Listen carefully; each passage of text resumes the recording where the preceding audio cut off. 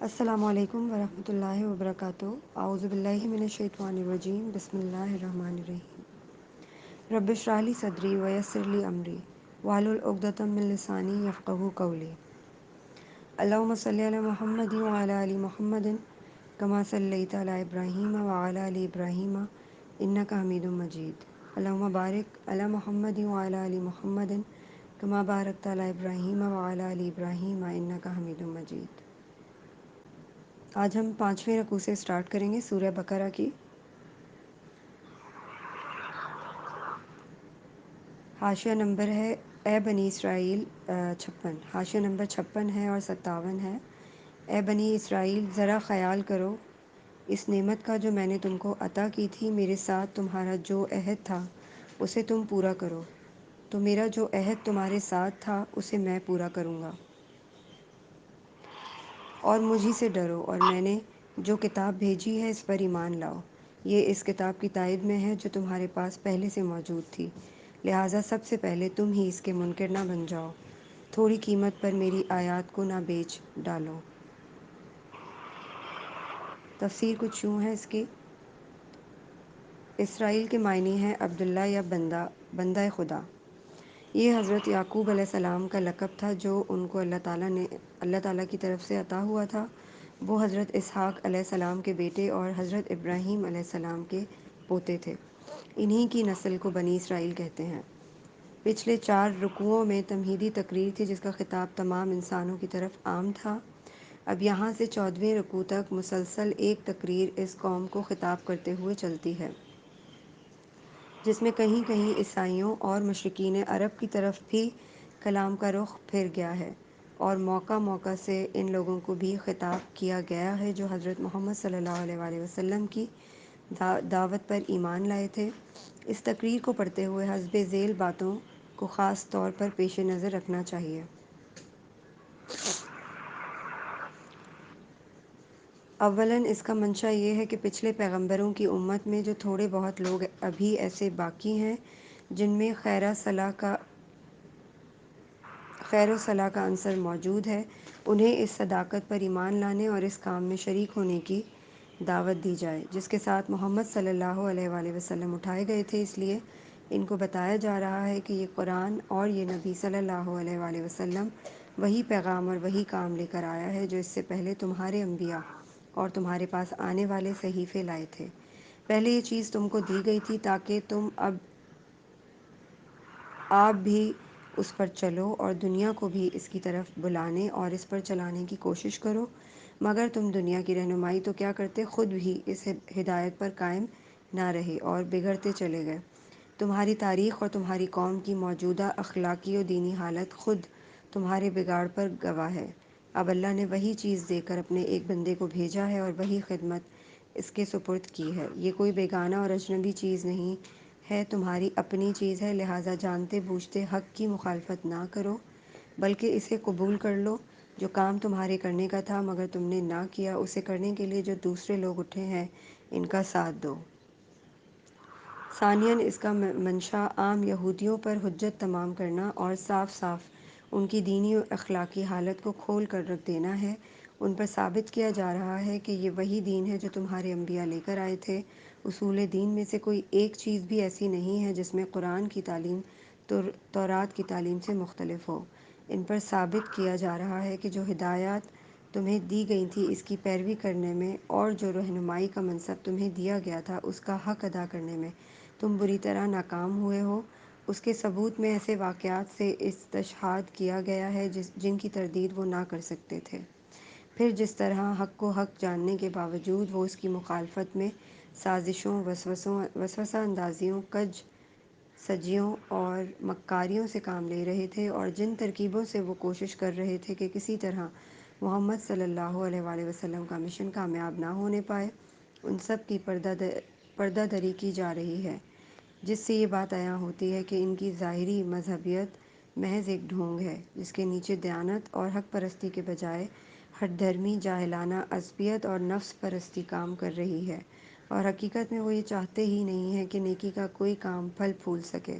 اس طرح اتمام حجت کرنے کا فائدہ یہ ہوا کہ ایک طرف خود اس قوم میں جو صالح عنصر تھا اس کی آنکھیں کھل گئیں، دوسری طرف مدینے کے عوام پر اور بالعموم مشرکین عرب پر ان لوگوں کا جو مذہبی و اخلاقی اثر تھا وہ ختم ہو گیا، اور تیسری طرف خود اپنے آپ کو بے نقاب دیکھ کر ان کی ہمتیں اتنی پست ہو گئیں کہ وہ اس جرأت کے ساتھ کبھی مقابلے میں کھڑے نہ ہو سکے جس کے ساتھ ایک وہ شخص کھڑا ہوتا ہے جسے اپنے حق پر ہونے کا یقین ہو۔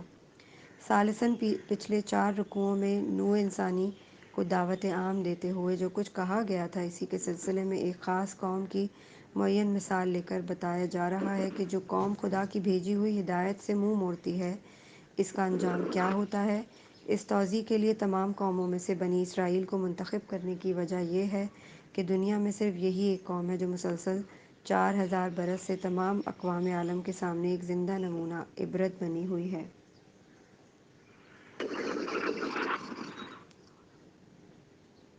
ہدایت الہی پر چلنے اور نہ چلنے سے جتنے نشیب و فراز کسی قوم کی زندگی میں رونما ہو سکتے ہیں وہ سب اس قوم کی عبرتناک سرگزشت میں نظر آ جاتے ہیں۔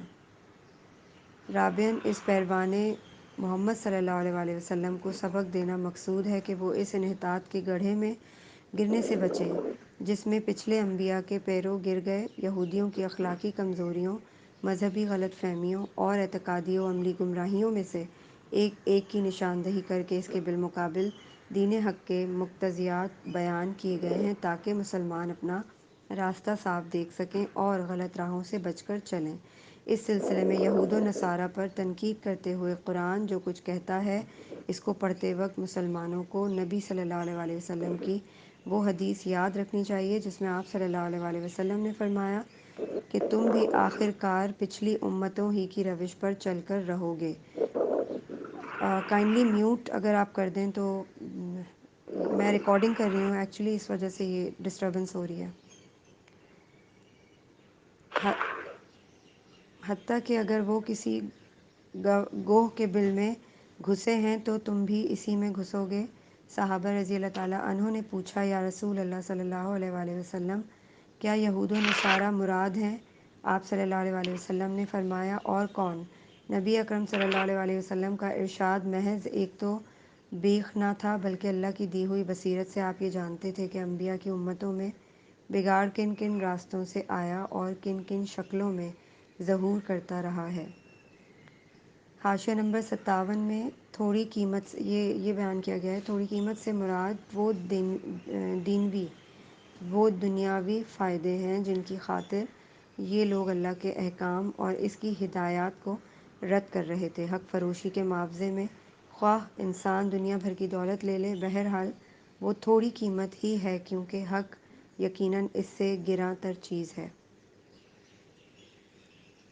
حاشیہ نمبر 58 میں کہا گیا ہے، اور میرے غضب سے بچو، باطل کا رنگ چڑھا کر حق کو مشتبہ نہ بناؤ اور جانتے بوجھتے حق کو چھپانے کی کوشش کرو۔ حاشیہ نمبر 59 ہے، نماز قائم کرو، زکوٰۃ دو۔ اور حاشیہ نمبر 60 اور جو لوگ میرے آگے جھک رہے ہیں ان کے ساتھ تم بھی جھک جاؤ۔ تم دوسروں کو تو نیکی کا راستہ اختیار کرنے کے لیے کہتے ہو مگر اپنے آپ کو بھول جاتے ہو، حالانکہ تم کتاب کی تلاوت کرتے ہو، کیا تم عقل سے بالکل کام نہیں لیتے؟ صبر اور نماز سے۔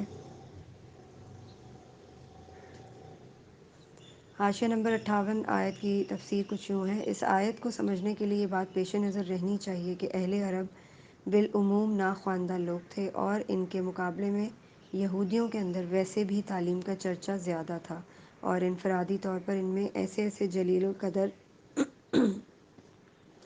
عالم پائے جاتے تھے جن کی شہرت عرب کے باہر تک پہنچی ہوئی تھی۔ اس وجہ سے عربوں پر یہودیوں کا علمی رعب بہت زیادہ تھا۔ پھر ان کے علماء اور مشائخ نے اپنے مذہبی درباروں کی ظاہری شان جما کر اور اپنی جھاڑ پھونک اور تعویذ گنڈوں کا کاروبار چلا کر اس رعب کو اور بھی زیادہ گہرا اور وسیع کر دیا تھا۔ خصوصیت کے ساتھ اہل مدینہ ان سے بے حد مرعوب تھے کیونکہ ان کے آس پاس بڑے بڑے یہودی قبائل آباد تھے۔ رات دن کا ان سے میل جول تھا اور اس میل جول میں وہ ان سے اسی طرح شدت کے ساتھ متاثر تھے جس طرح ایک ان پڑھ آبادی زیادہ تعلیم یافتہ، زیادہ متمدن اور زیادہ نمایاں مذہبی تشخص رکھنے والے ہمسایوں سے متاثر ہوا کرتی ہے۔ ان حالات میں جب نبی صلی اللہ علیہ وآلہ وسلم نے اپنے آپ کو نبی کی حیثیت سے پیش کیا اور لوگوں کو اسلام کی دعوت دینی شروع کی، تو قدرتی بات ہے کہ ان پڑھ عرب اہل کتاب یہودیوں سے جا کر پوچھتے کہ آپ لوگ بھی ایک نبی کے پیرو ہیں اور ایک کتاب کو مانتے ہیں، آپ ہمیں بتائیں کہ یہ صاحب جو ہمارے اندر نبوت کا دعویٰ لے کر اٹھے ہیں، ان کے متعلق اور ان کی تعلیم کے متعلق آپ کی کیا رائے ہے؟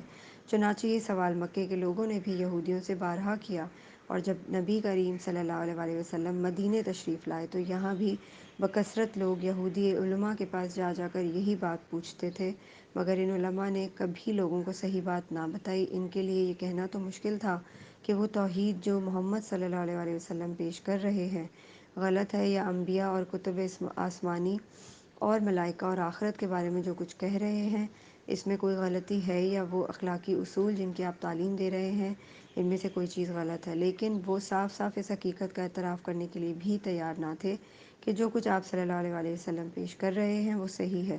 وہ نہ سچائی کی کھلی کھلی تردید کر سکتے تھے، نہ سیدھی طرح اس کو سچائی مان لینے پر آمادہ تھے۔ ان دونوں راستوں کے درمیان انہوں نے طریقہ یہ اختیار کیا تھا کہ ہر سائل کے دل میں نبی کریم صلی اللہ علیہ وآلہ وسلم کے خلاف، آپ صلی اللہ علیہ وآلہ وسلم کی جماعت کے خلاف اور آپ صلی اللہ علیہ وآلہ وسلم کے مشن کے خلاف کوئی نہ کوئی وسوسہ ڈال دیتے تھے، کوئی الزام آپ پر چسپاں کر دیتے تھے، کوئی ایسا شوشہ چھوڑ دیتے تھے جس سے لوگ شکوک و شبہات میں پڑ جائیں، اور طرح طرح کے الجھن میں ڈالنے والے سوالات چھیڑ دیتے تھے تاکہ لوگ ان میں خود بھی الجھیں اور نبی صلی اللہ علیہ وآلہ وسلم اور آپ صلی اللہ علیہ وآلہ وسلم کے پیرووں کو بھی الجھانے کی کوشش کریں۔ ان کا یہ رویہ تھا، یہی رویہ تھا جس کی بنا پر ان سے فرمایا جا رہا ہے کہ حق پر باطل کے پردے نہ ڈالو، اپنے جھوٹے پروپیگنڈے اور شریرانہ شبہات و اعتراضات سے حق کو دبانے اور چھپانے کی کوشش نہ کرو، اور حق و باطل کو غلط ملت کر کے دنیا کو دھوکہ نہ دو۔ حاشیہ نمبر 59 میں بیان ہوتا ہے، تفسیر ہے: نماز اور زکوٰۃ ہر زمانے میں دین اسلام کے اہم ترین ارکان رہے ہیں۔ تمام انبیاء کی طرح انبیاء بنی اسرائیل نے بھی اس کی سخت تاکید کی تھی، مگر یہودی ان سے غافل ہو چکے تھے۔ نماز باجماعت کا نظام ان کے ہاں تقریباً بالکل درہم برہم ہو چکا تھا۔ قوم کی اکثریت انفرادی نماز کی بھی تارک ہو چکی تھی، اور زکوٰۃ دینے کے بجائے یہ لوگ سود کھانے لگے تھے۔ حاشیہ نمبر 60 ہے: یعنی اگر تمہیں نیکی کے راستے پر چلنے میں دشواری محسوس ہوتی ہے تو اس دشواری کا علاج صبر اور نماز ہے۔ ان دو چیزوں سے تمہیں وہ طاقت ملے گی جس سے یہ راہ آسان ہو جائے گی۔ صبر کے لغوی معنی روکنے اور باندھنے کے ہیں، اور اس سے مراد ارادے کی وہ مضبوطی، عزم کی وہ پختگی اور خواہشات نفس کا وہ انضباط ہے جس سے ایک شخص نفسانی ترغیبات اور بیرونی مشکلات کے مقابلے میں اپنے قلب و ضمیر کے پسند کیے ہوئے راستے پر لگاتار بڑھتا چلا جائے۔ ارشاد الہی کا مدعا یہ ہے کہ اس اخلاقی صفت کو اپنے اندر پرورش کرو اور اس کو باہر سے طاقت پہنچانے کے لیے نماز کی پابندی کرو۔ حاشیہ نمبر 61 ہے: مدد لو، بے شک نماز ایک سخت مشکل کام ہے، مگر ان فرما بردار بندوں کے لیے مشکل نہیں ہے جو سمجھتے ہیں کہ آخر کار انہیں اپنے رب سے ملنا اور اسی کی طرف پلٹ کر جانا ہے۔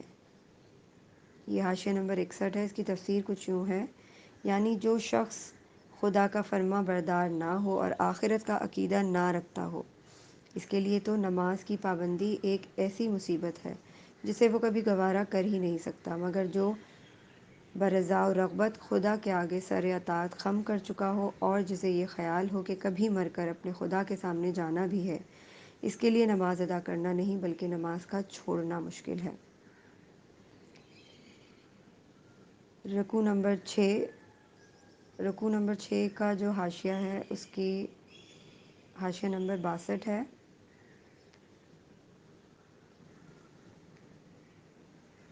اے بنی اسرائیل، یاد کرو میری اس نعمت کو جس سے میں نے تمہیں نوازا تھا، اور اس بات کو کہ میں نے تمہیں دنیا کی ساری قوموں پر فضیلت عطا کی تھی۔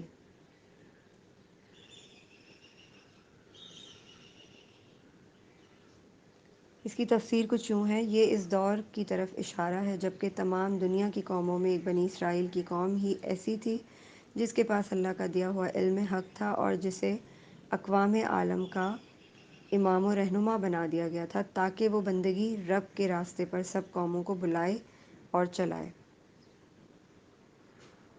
حاشیہ نمبر 63 کچھ یوں ہے: اور ڈرو اس دن سے جب کوئی کسی کے ذرا کام نہ آئے گا، نہ کسی کی طرف سے سفارش قبول ہوگی، نہ کسی کو فدیہ لے کر چھوڑ دیا جائے گا، اور نہ مجرموں کو کہیں سے مدد مل سکے گی۔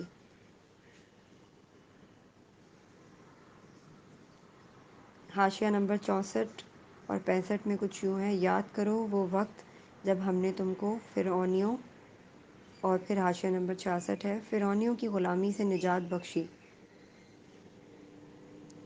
انہوں نے تمہیں سخت عذاب میں مبتلا کر رکھا تھا، تمہارے لڑکوں کو ذبح کرتے تھے، تمہاری لڑکیوں کو زندہ رہنے دیتے تھے، اور اس حالت میں تمہارے رب کی طرف سے تمہاری بڑی آزمائش تھی۔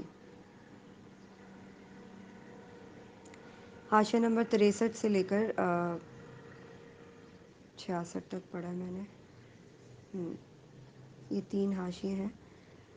بنی اسرائیل کے بگاڑ کی ایک بہت بڑی وجہ یہ تھی کہ آخرت کے متعلق ان کے عقیدے میں خرابی آ گئی تھی، اور وہ اس قسم کے خیالات خام میں مبتلا ہو گئے تھے کہ ہم جلیل القدر انبیاء کی اولاد ہیں، بڑے بڑے اولیاء صلحن صلحن اور زہاد سے نسبت رکھتے ہیں، ہماری بخشش تو انہی بزرگوں کے صدقے میں ہو جائے گی، ان کا دامن گرفتہ ہو کر بھلا کوئی سزا کیسے پا سکتا ہے؟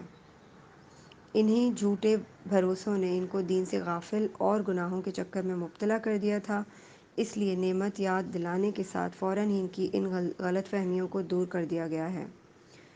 حاشیہ نمبر 64 یہاں سے بات کے کئی رکوعوں تک مسلسل جن واقعات کی طرف اشارے کیے گئے ہیں وہ سب بنی اسرائیل کی تاریخ کے مشہور ترین واقعات ہیں جنہیں اس قوم کا بچہ بچہ جانتا تھا، اسی لیے تفصیل بیان کرنے کے بجائے ایک ایک واقعے کی طرف مختصر اشارہ کیا گیا ہے۔ اس تاریخی بیان میں دراصل یہ دکھانا مقصود ہے کہ ایک طرف یہ اور یہ احسانات ہیں جو خدا نے تم پر کیے، اور دوسری طرف یہ اور یہ کرتوت ہیں جو ان احسانات کے جواب میں تم کرتے رہے۔ حاشیہ نمبر 65 آل فرعون کا ترجمہ ہم نے اس لفظ سے کیا ہے، اس میں خاندان فرعونیہ اور مصر کا حکمران طبقہ دونوں شامل ہیں۔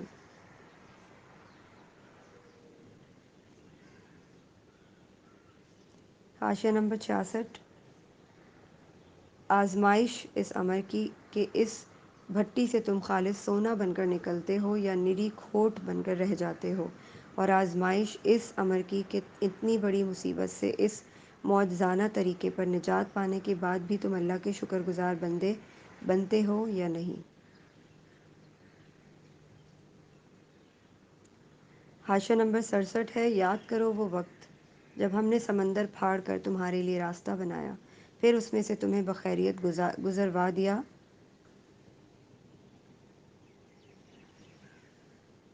پھر وہیں تمہاری آنکھوں کے سامنے فرعونیوں کو غرقاب کیا۔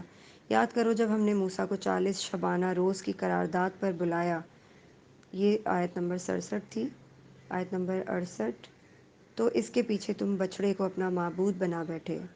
آیت نمبر 69 اس وقت تم نے بڑی زیادتی کی تھی، مگر اس پر بھی ہم نے تمہیں معاف کر دیا کہ شاید اب تم شکر گزار بن جاؤ۔ یاد کرو ٹھیک اس وقت جب تم یہ ظلم کر رہے تھے، ہم نے موسیٰ علیہ السلام کو کتاب اور فرقان آیت نمبر 70 عطا کی تاکہ تم اس کے ذریعے سے سیدھا راستہ پا سکو۔ یاد کرو جب موسیٰ علیہ السلام یہ نعمت لیے ہوئے پلٹے تو انہوں نے اپنی قوم سے کہا، لوگوں، تم نے بچھڑے کو معبود بنا کر اپنے اوپر سخت ظلم کیا ہے، لہٰذا تم لوگ اپنے خالق کے حضور توبہ کرو اور اپنی جانوں کو ہلاک کرو۔ اس کی ان حاشیات کی تفسیر کچھ یوں ہے: گائے اور بیل کی پرستش کا مرض بنی اسرائیل کی ہمسایہ اقوام میں ہر طرف پھیلا ہوا تھا، مصر اور کنعان میں اس کا عام رواج تھا۔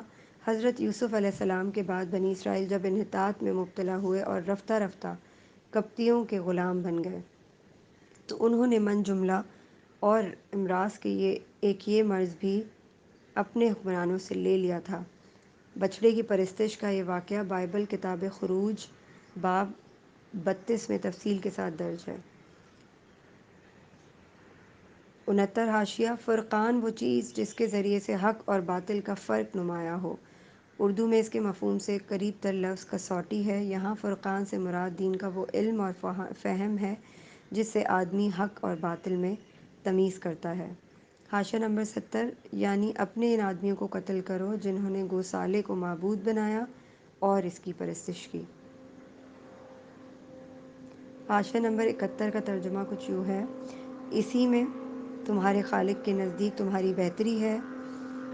اس وقت تمہارے خالق نے تمہاری توبہ قبول کر لی کہ وہ بڑا معاف کرنے والا ہے اور رحم فرمانے والا ہے۔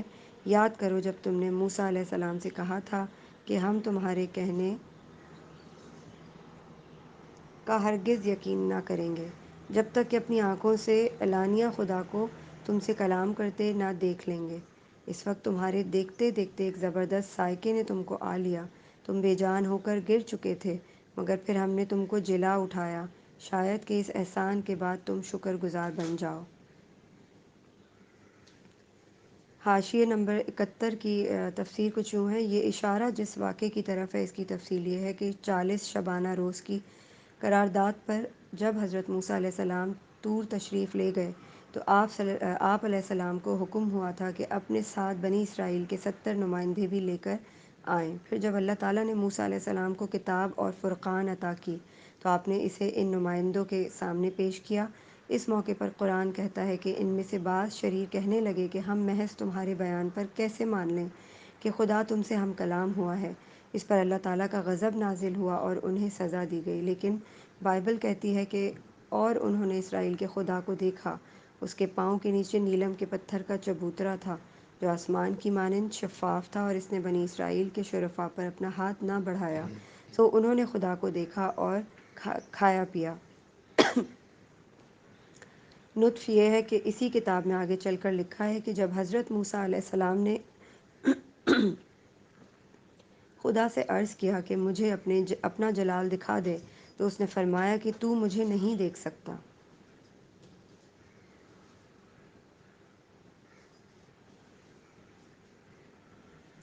حاشیہ نمبر 72: ہم نے تم پر اکابر کا سایہ کیا۔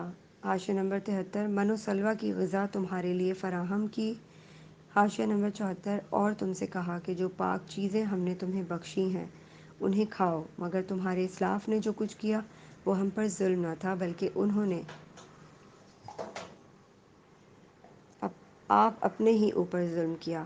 پھر یاد کرو جب ہم نے کہا تھا کہ یہ بستی، حاشیہ نمبر 75، جو تمہارے سامنے ہے اس میں داخل ہو جاؤ، اس کی پیداوار جس طرح چاہو مزے سے کھاؤ، مگر بستی کے دروازے میں سجدہ ریز ہوتے ہوئے داخل ہونا اور کہتے جانا حطۃ حطۃ۔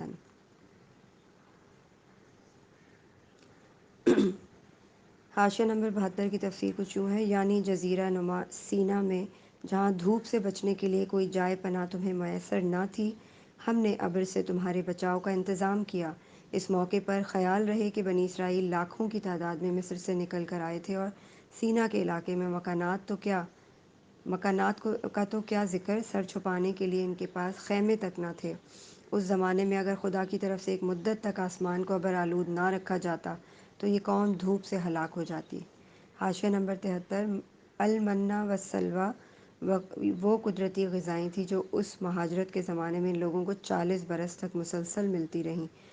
من دھنیے کے بیج جیسی ایک چیز تھی جو اوس کی طرح گرتی اور زمین پر جم جاتی تھی، اور سلویٰ بٹیر کی قسم کے پرندے تھے۔ خدا کے فضل سے ان کی اتنی کثرت تھی کہ ایک پوری کی پوری قوم محض انہی غذاؤں پر زندگی بسر کرتی رہی اور اسے فاقہ کشی کی مصیبت نہ اٹھانی پڑی۔ حالانکہ آج کسی نہایت متمدن ملک میں بھی اگر چند لاکھ مہاجر یکا پڑیں تو ان کی خوراک کا انتظام مشکل ہو جاتا ہے۔ من اور سلویٰ کی تفصیلی کیفیت کے لیے ملاحظہ ہو بائبل، کتاب خروج باب 16، گنتی باب 11 اور آیت 7 سے 9، 31-32 اور یشوع باب 5 آیت 12 میں دیا گیا ہے۔ حاشیہ 74: یہ ابھی تک تحقیق نہیں ہو سکا کہ اس بستی سے مراد کون سی بستی ہے۔ جس سلسلہ واقعات میں یہ ذکر ہو رہا ہے وہ اس زمانے سے تعلق رکھتا ہے جب کہ بنی اسرائیل ابھی جزیرہ نما سینا ہی میں تھے، لہٰذا اغلب یہ ہے کہ یہ اسی جزیرہ نما کا کوئی شہر ہوگا، مگر یہ بھی ممکن ہے کہ اس سے مراد شتیم ہو جو یریحو کے بالمقابل دریائے اردن کے مشرقی کنارے پر آباد تھا۔ بائبل کا بیان ہے کہ اس شہر کو بنی اسرائیل نے حضرت موسیٰ علیہ السلام کی زندگی کے اخیر زمانے میں فتح کیا اور وہاں بڑی بدکاریاں کیں، جن کے نتیجے میں خدا نے ان پر وبا بھیجی اور 24,000 آدمی ہلاک کر دیے۔ حاشیہ نمبر 75، یعنی حکم یہ تھا کہ جابر و ظالم فاتحوں کی طرح اکڑتے ہوئے نہ گھسنا، بلکہ خدا ترسوں کی طرح منکسرانہ شان سے داخل ہونا، جیسے حضرت محمد صلی اللہ علیہ وآلہ وسلم فتح مکہ کے موقع پر مکہ میں داخل ہوئے۔ اور حتّہ کے دو مطلب ہو سکتے ہیں، ایک یہ کہ خدا سے اپنی خطاؤں کی معافی مانگتے جانا، دوسرے یہ کہ لوٹ مار اور قتل عام کے بجائے بستی کے باشندوں میں درگزر اور عام معافی کا اعلان کرتے جانا۔ رکوع نمبر 7۔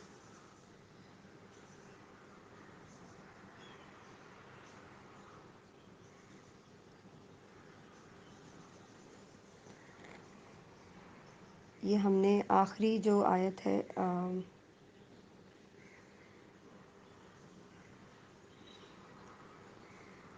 ہم تمہاری خطاؤں سے درگزر کریں گے اور نیکوکاروں کو مزید فضل و کرم سے نوازیں گے، مگر جو بات کہی گئی تھی ظالموں نے اسے بدل کر کچھ اور کر دیا۔ آخر کار ہم نے ظلم کرنے والوں پر آسمان سے عذاب نازل کیا، یہ سزا تھی ان نافرمانیوں کی جو وہ کر رہے تھے۔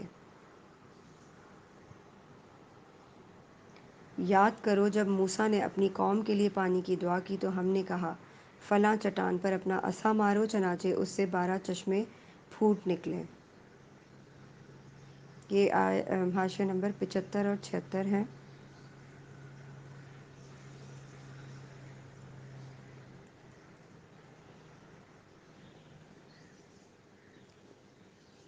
وہ چٹان اب تک جزیرہ نما سینا میں موجود ہے، سیاح اسے جا کر دیکھتے ہیں اور چشموں کے شگاف اس میں اب بھی پائے جاتے ہیں۔ 12 چشموں میں یہ مصلحت تھی کہ بنی اسرائیل کے قبیلے بھی 12 ہی تھے، خدا نے ہر ایک قبیلے کے لیے الگ چشمہ نکال دیا تاکہ ان کے درمیان پانی پر جھگڑا نہ ہو۔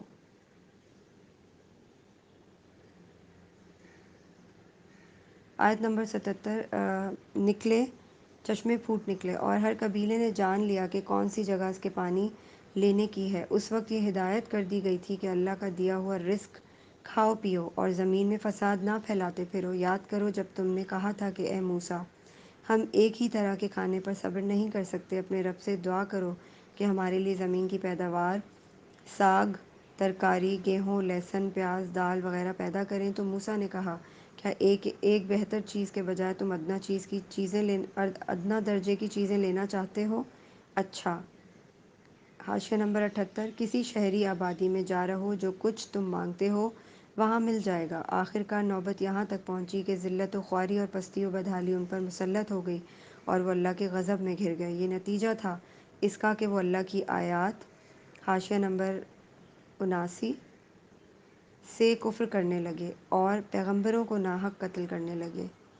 حاشیہ نمبر 80، یہ نتیجہ تھا ان کی نافرمانیوں کا اور اس بات کا کہ وہ حدود شرع سے نکل جاتے تھے۔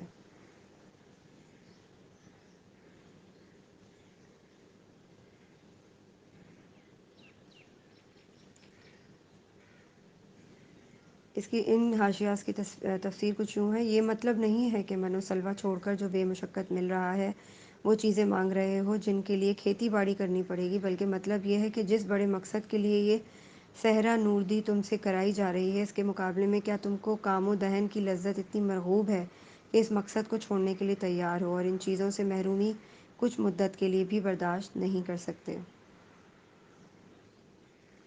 آیات سے کفر کرنے کی مختلف صورتیں ہیں، مثلاً ایک یہ کہ خدا کی بھیجی ہوئی تعلیمات میں سے جو بات اپنے خیالات یا خواہشات کے خلاف پائی، اس کو ماننے سے صاف انکار کر دیا۔ دوسرے یہ کہ ایک بات کو یہ جانتے ہوئے کہ خدا نے فرمائی ہے، پوری ڈھٹائی اور سرکشی کے ساتھ اس کی خلاف ورزی کی اور حکم الہی کی کچھ پرواہ نہ کی۔ تیسرے یہ کہ ارشاد الہی کے مطلب و مفہوم کو اچھی طرح جاننے اور سمجھنے کے باوجود اپنی خواہش کے مطابق اسے بدل ڈالا۔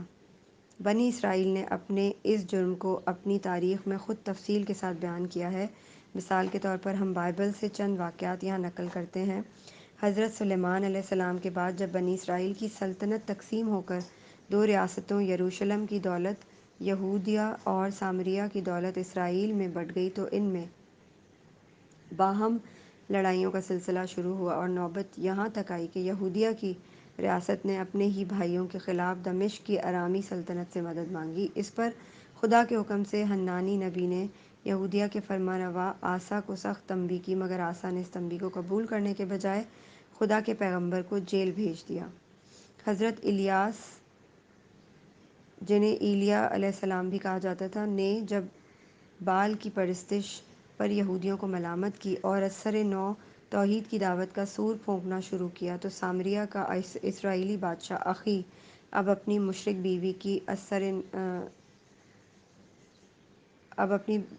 بیوی کی خاطر ہاتھ دھو کر ان کی جان کے پیچھے پڑ گیا، حتیٰ کہ انہیں جزیرہ نمائے سینا کے پہاڑوں میں پناہ لینی پڑی۔ اس موقع پر جو دعا حضرت الیاس علیہ السلام نے مانگی ہے، اس کے الفاظ یہ ہیں: بنی اسرائیل نے تیرے عہد کو ترک کیا، تیرے نبیوں کو تلوار سے قتل کیا، اور ایک میں ہی اکیلا بچا ہوں، سو وہ میری جان لینے کے در پہ ہیں۔ ایک اور نبی حضرت میکایا کو اسی اخی نے اب نے حق گوئی کے جرم میں جیل بھیجا اور حکم دیا کہ اس شخص کو مصیبت کی روٹی کھلانا اور مصیبت کا پانی پلانا۔ پھر جب یہودیہ کی ریاست میں اعلانیہ بت پرستی اور بدکاری ہونے لگی اور زکریا نبی نے اس کے خلاف آواز بلند کی تو شاہ یہودائیوں آس کے حکم سے انہیں عین ہیکل سلیمانی میں مقدس اور قربانگاہ کے درمیان سنگسار کر دیا گیا۔ اس کے بعد جب سامریہ کی اسرائیلی ریاست اشوریوں کے ہاتھوں ختم ہو چکی اور یروشلم کی یہودی ریاست کے سر پر تباہی کا طوفان تلا کھڑا تھا تو یرمیاہ نبی اپنی قوم کے زوال پر ماتم کرنے اٹھے اور کوچے کوچے انہوں نے پکارنا شروع کیا کہ سنبھل جاؤ ورنہ تمہارا انجام سامریہ سے بھی بدتر ہوگا۔ مگر قوم کی طرف سے جو جواب ملا وہ یہ تھا کہ ہر طرف سے ان پر لعنت اور پھٹکار کی بارش ہوئی، پیٹے گئے، قید کیے گئے، رسی سے باندھ کر کیچڑ بھرے حوض میں لٹکا دیے گئے تاکہ بھوک اور پیاس سے وہیں سوکھ سوکھ کر مر جائیں، اور ان پر الزام لگایا کہ وہ قوم کے غدار ہیں، بیرونی دشمنوں سے ملے ہوئے ہیں۔ ایک اور نبی حضرت آموس کے متعلق لکھا ہے کہ جب انہوں نے سامریہ کی اسرائیلی ریاست کو اس کی گمراہیوں اور بدکاریوں پر ٹوکا اور ان حرکات کے برے انجام سے خبردار کیا تو انہیں نوٹس دیا گیا کہ ملک سے نکل جاؤ اور باہر جا کر نبوت کرو۔ حضرت یحییٰ یوحنا علیہ السلام نے جب ان بد اخلاقیوں کے خلاف آواز اٹھائی جو یہودیہ کے فرمانروا ہیرودیس کے دربار میں کھلم کھلا ہو رہی تھیں تو پہلے وہ قید کیے گئے، پھر بادشاہ نے اپنی معشوقہ کی فرمائش پر قوم کے اس صالح ترین آدمی کا سر قلم کر کے ایک تھال میں رکھ کر اس کی نذر کر دیا۔ آخر میں حضرت عیسیٰ علیہ السلام پر بنی اسرائیل کے علماء اور سرداران قوم کا غصہ بھڑکا، کیونکہ وہ انہیں ان کے گناہوں اور ان کی ریاکاریوں پر ٹوکتے تھے اور ایمان و راستی کی تلقین کرتے تھے۔ اس قصور پر ان کے خلاف جھوٹا مقدمہ تیار کیا گیا، رومی عدالت سے ان کے قتل کا فیصلہ حاصل کیا گیا، اور جب رومی حاکم پیلاطس نے یہود سے کہا کہ آج عید کے روز میں تمہاری خاطر یسوع اور بارابا ڈاکو دونوں میں سے کس کو رہا کروں، تو ان کے پورے مجمع نے بلا اتفاق پکار کر کہا کہ بارابا کو چھوڑ دے اور یسوع کو پھانسی پر لٹکا۔ یہ ہے اس قوم کی داستان جرائم کا ایک نہایت شرمناک باب جس کی طرف قرآن کی اس آیت میں مختصراً اشارہ کیا گیا ہے۔ اب یہ ظاہر ہے کہ جس قوم نے اپنے فساق و فجار کو سرداری و سربراہ کاری کے لیے اور اپنے صلحاء و ابرار کو جیل اور دار کے لیے پسند کیا ہو، اللہ تعالیٰ اس کو اپنی لعنت کے لیے پسند نہ کرتا تو آخر اور کیا کرتا۔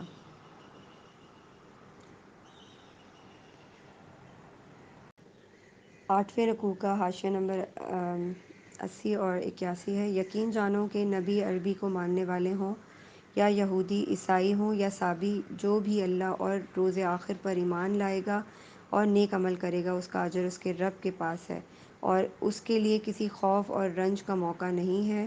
یاد کرو وہ وقت جب ہم نے طور کو تم پر اٹھا کر تم سے پختہ عہد لیا تھا۔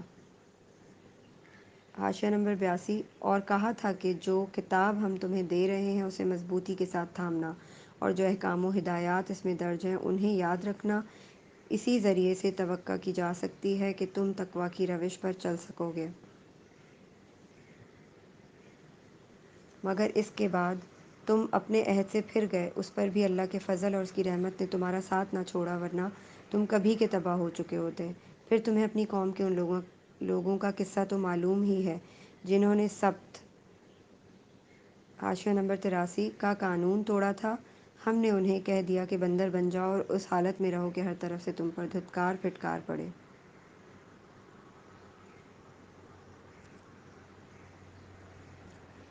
ان کی تفسیر کچھ یوں ہے: سلسلہ عبارت کو پیش نظر رکھنے سے یہ بات خود بخود واضح ہو جاتی ہے کہ یہاں ایمان اور اعمال صالحہ کی تفصیلات بیان کرنا مقصود نہیں ہے کہ کن کن باتوں کو آدمی مانے اور کیا کیا اعمال کرے تو خدا کے ہاں اجر کا مستحق ہو۔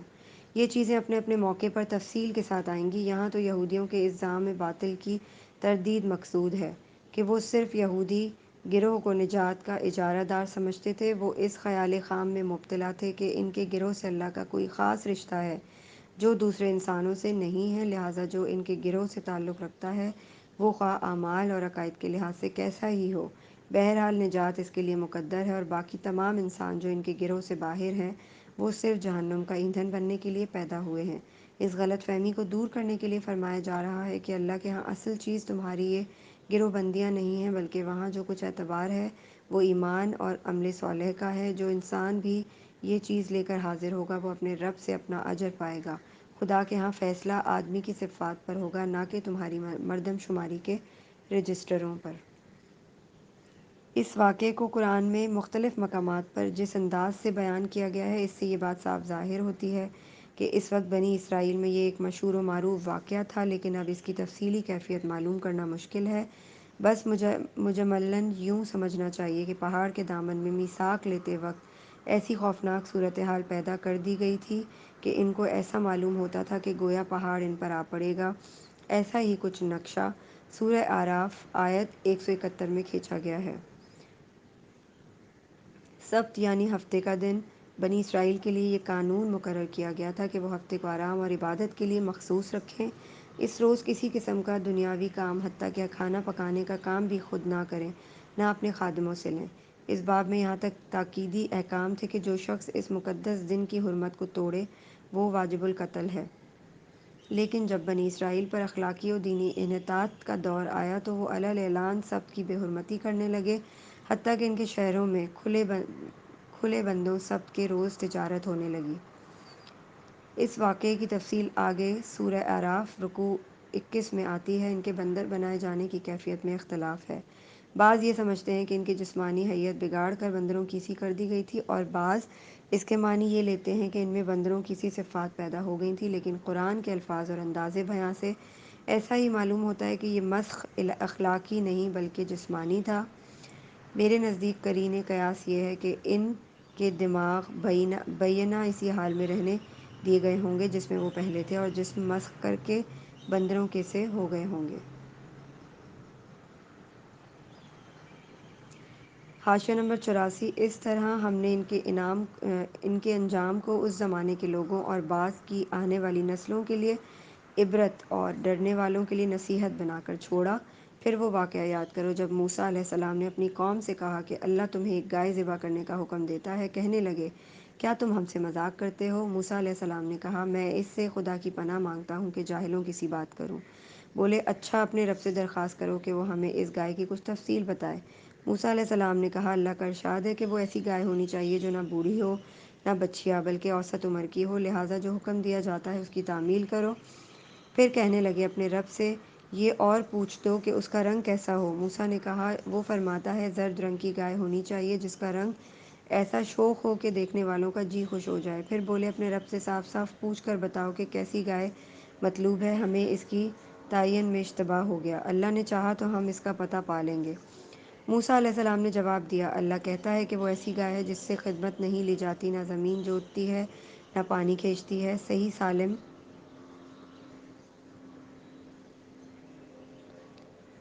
اور بے داغ ہو۔ اس پر وہ پکار اٹھے کہ ہاں اب تم نے ٹھیک بتایا ہے۔ پھر انہوں نے اسے ذبح کیا، ورنہ وہ ایسا کرتے معلوم نہ ہوتے تھے۔ اس کی تفسیر کچھ یوں ہے: چونکہ ان لوگوں کو اپنے ہمسایہ قوموں سے گائے کی عظمت و تقدیس اور گاؤ پرستی کے مرض چھوت کی طرح لگ گیا تھا، اس لیے ان کو حکم دیا گیا کہ گائے ذبح کریں۔ ان کے ایمان کا امتحان ہی اس طرح ہو سکتا تھا کہ اگر وہ واقعی اب خدا کے سوا کسی کو معبود نہیں سمجھتے تو یہ عقیدہ اختیار کرنے سے پہلے جس بت کو معبود سمجھتے رہے ہیں اسے اپنے ہاتھ سے توڑ دیں۔ یہ امتحان بہت کڑا امتحان تھا، دلوں میں پوری طرح ایمان اترا ہوا تھا، اس لیے انہوں نے ٹالنے کی کوشش کی اور تفصیلات پوچھنے لگے، مگر جتنی جتنی تفصیلات وہ پوچھتے گئے اتنے ہی گھرتے چلے گئے، یہاں تک کہ آخرکار اس خاص قسم کی سنہری گائے پر جسے اس زمانے میں پرستش کے لیے مختص کیا جاتا تھا گویا انگلی رکھ کر بتایا گیا کہ اسے ذبح کرو۔ بائبل میں بھی اس واقعے کی طرف اشارہ ہے، مگر وہاں یہ ذکر نہیں ہے کہ بنی اسرائیل نے اس حکم کو کس کس طرح ٹالنے کی کوشش کی تھی۔ کل ہم انشاءاللہ رکوع نمبر 9 سے آگے پڑھیں گے انشاءاللہ۔ جزاک اللہ خیر۔ السلام علیکم ورحمۃ اللہ وبرکاتہ۔